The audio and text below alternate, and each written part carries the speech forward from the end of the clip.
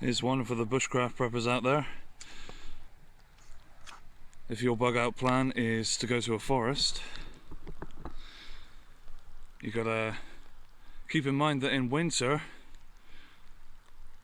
the roads that may be next to the forest, unless you're in a deep forest, will basically become ice.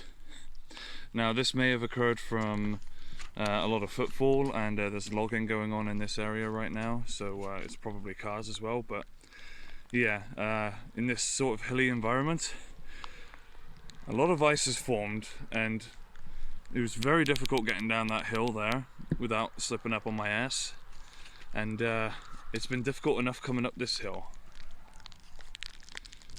So yeah, prepping tip for you: get spikes for the bottom of your shoes. I wish I'd have thought of that before coming out. Oh, look at all that horrible snowy business going on out there. Ice all over the place, really hard to walk through. Oh hey, but what's this inside the forest here? Well, would you look at this? See, that's the thing. I've spoken to quite a few people saying, oh, what about in the winter time? If you're going to be a bushcraft prepper, then in the winter you're going to get snowed in. But honestly, because of the canopy of the trees, it stops any snow from hitting the ground. Like, look at this. If you looked at this without knowing that it was winter, horrible, snowy time, then you would think it was just a regular old horrible muggy day in Northern Ireland. So there you go. So another reason why bushcraft prepping is my preferred style of prepping is because when you're in the woods, you kind of have a roof over your head. Kind of.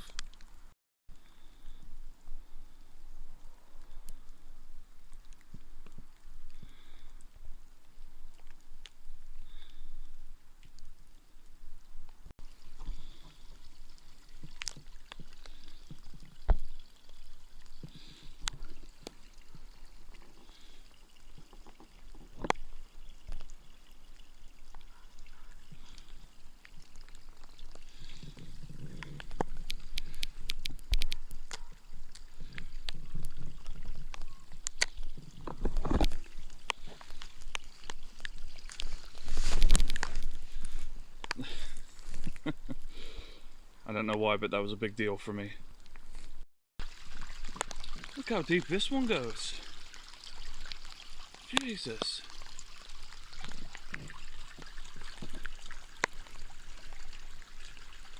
Literally carving a line through the forest. That is mad. That is properly deep as well. Wow. In case anyone calls me dumb, I realise that this scar in the earth is more than likely man-made, as some sort of way of dividing this forest, since it's a man-made forest. But anyway, check this out. This looks like a good place to rest up here for a bit.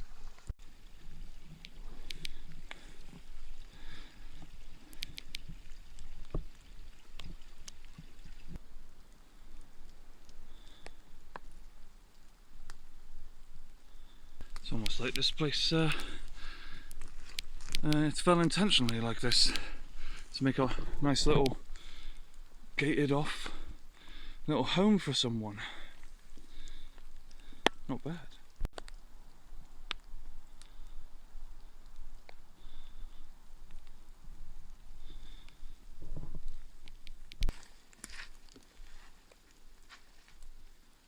Alright, so you can only see a tiny portion of me.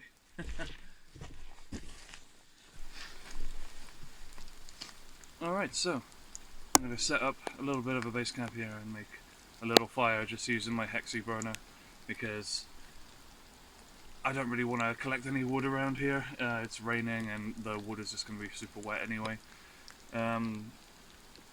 Let's pretend that this is going to be like a temporary stop off while I'm bugging out somewhere and I've just stopped in for some shelter, for some food.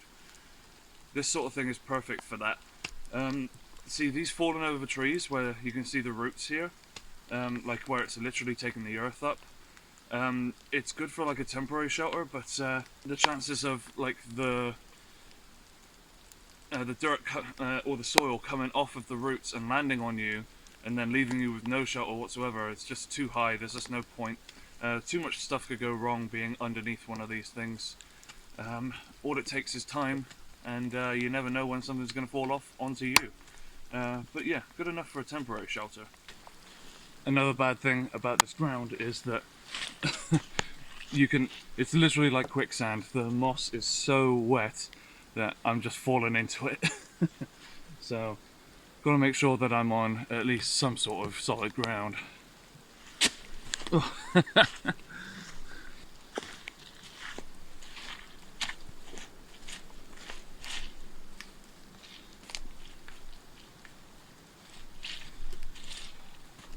It's driest under here, so I'm gonna sit here.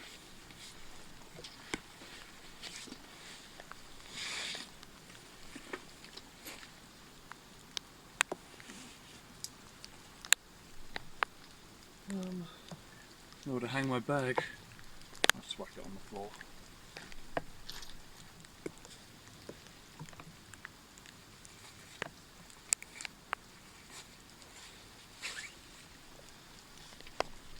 Got myself a camping stool.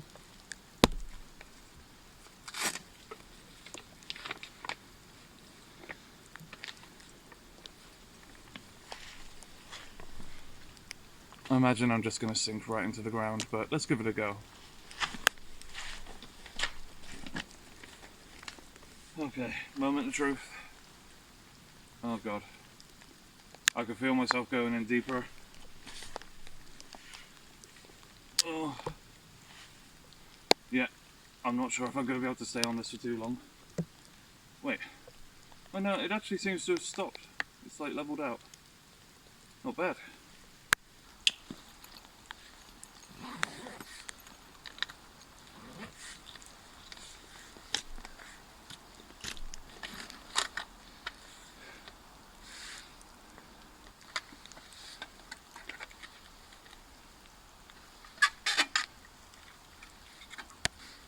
A little bit shiny.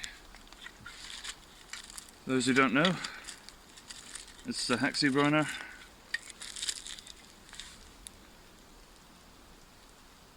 And it was used in the military. I think that they've switched over to some sort of gel substitute. It's got like its own unique sort of cooker that's like different to this. And honestly, it seems a lot more complicated to use, and the gel stuff dries out super quickly as well. At least that's what I've heard, so I'll stick to the hexi burners, I think. The military knows what they're doing. Like they can do them. I'm gonna do me. I'm gonna keep this thing. Want to see how good the hexi burner mess tin, aluminium mess tin is? You want to see how good it is? Oh no, I'm not wearing a glove and I'm gonna grab the handle. Not hot at all. Even this close to the fire, not hot one bit. Perfect prepping tool.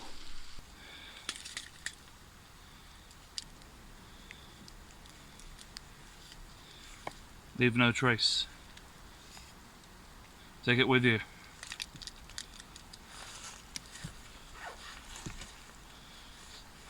Ugh. Leave only footprints.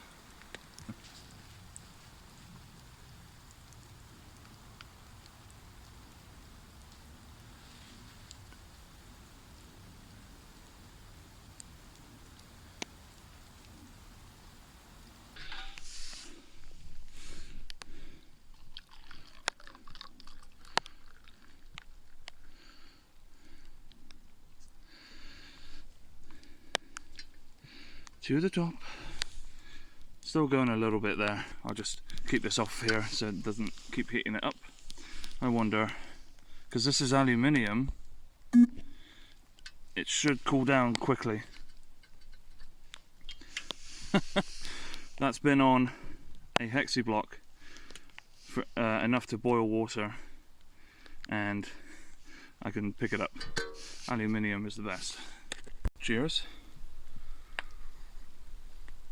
Oh, it's a bit hot, but it's lovely. You can't beat some free and liberated coffee from a hotel room. Thanks. Wait, I'm not going to say the name of the hotel room that I stole the coffee from. They were free sachets. They were complimentary. Okay, the one problem with being next to two down trees is that because the trees are down, there's no more canopy. So you do get a little bit rained on. But honestly, if I was staying here the night, I would like couch up underneath one of these logs or the trees that have fallen. So honestly, even though I'm getting a little bit dripped on, it's not too bad. Just for a rest stop anyway.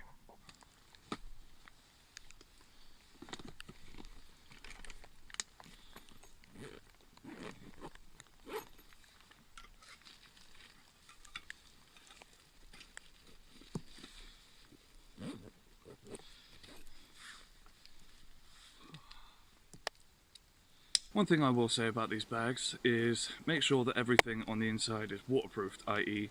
in Ziploc bags if you can fit them into a Ziploc bag.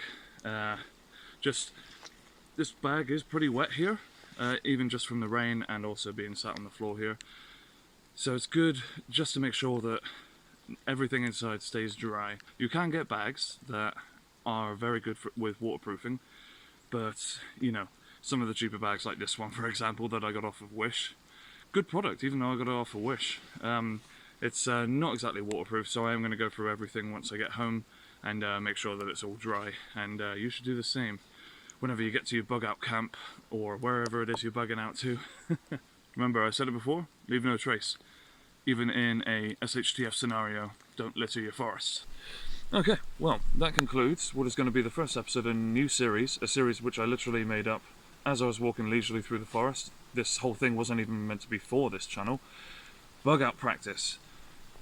Gonna practice bugging out, like not quite like overnighters. It's just gonna be pretty much like this, only you're gonna try different things here or there. Maybe like even smaller temporary shelters, stuff like that. Basically, when you're practicing when you're in a bug out, whether it's like you're traveling to your bug out location or you're like you've already got pretending like you've got a bug out location set up already and you're going out foraging for stuff, and maybe you like need to take a temporary rest stop, and basically I'm just going to think of like good ways like involving bushcraft that will help with the initial bug out and after you've bugged out and there's an SHTF situation going on. Yeah, so basically just any and all sort of bug out practice. I know it's all like up in the air and I'm just saying words at the moment, but I literally only just thought of it. I will say though that this is going to be, I'm going to be basing this heavily off of ideas that me and Mark have discussed in the past. So expect to see Mark in this series as well, it's not just my series. So yeah, hopefully we'll see Mark again soon. The lockdown has been kicking everyone's asses pretty much. Not allowed to go further than 10 miles away. Unfortunately, Mark is 20 miles away. He lives 20 miles away, so like maybe we can find like a forest like in between and we can literally just meet up and like do an overnighter or something. But yeah, that's the lockdown, and plus me and my wife had the coronavirus. We're okay now. We've recovered and we isolated. We followed the rules. Don't worry.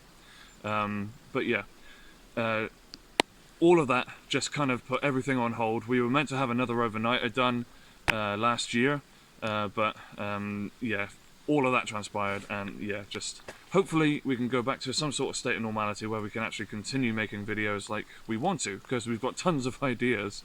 But yeah, that's the idea of this series. Something that I can do just like here or there, with Mark, sometimes with Mark, sometimes without Mark, if I can't get him or if I can't meet up with him. But I'm sure he'll like this series. He'll probably be quite surprised that I'm announcing it right now, since I literally only just thought of it. But anyway, like and subscribe the channel, please, thank you very much. Liking it will help us with the YouTube algorithm and get us seen by blah blah blah blah blah. You know the drill by now. I don't want to show too much. I know it puts some people off when you say like, oh, like and subscribe and blah blah blah. Yeah, but if you could, it would really help out the channel. Thank you. Also, we got a Discord. It should be floating around up here somewhere. And yeah, thank you very much for watching all the way to the end. And hopefully this series will prosper. Maybe this will be the only episode in this series. Who knows? Who knows what's going to happen? Right, thank you very much. See you again. I've been Rich with Newbie Prepping. Bye-bye.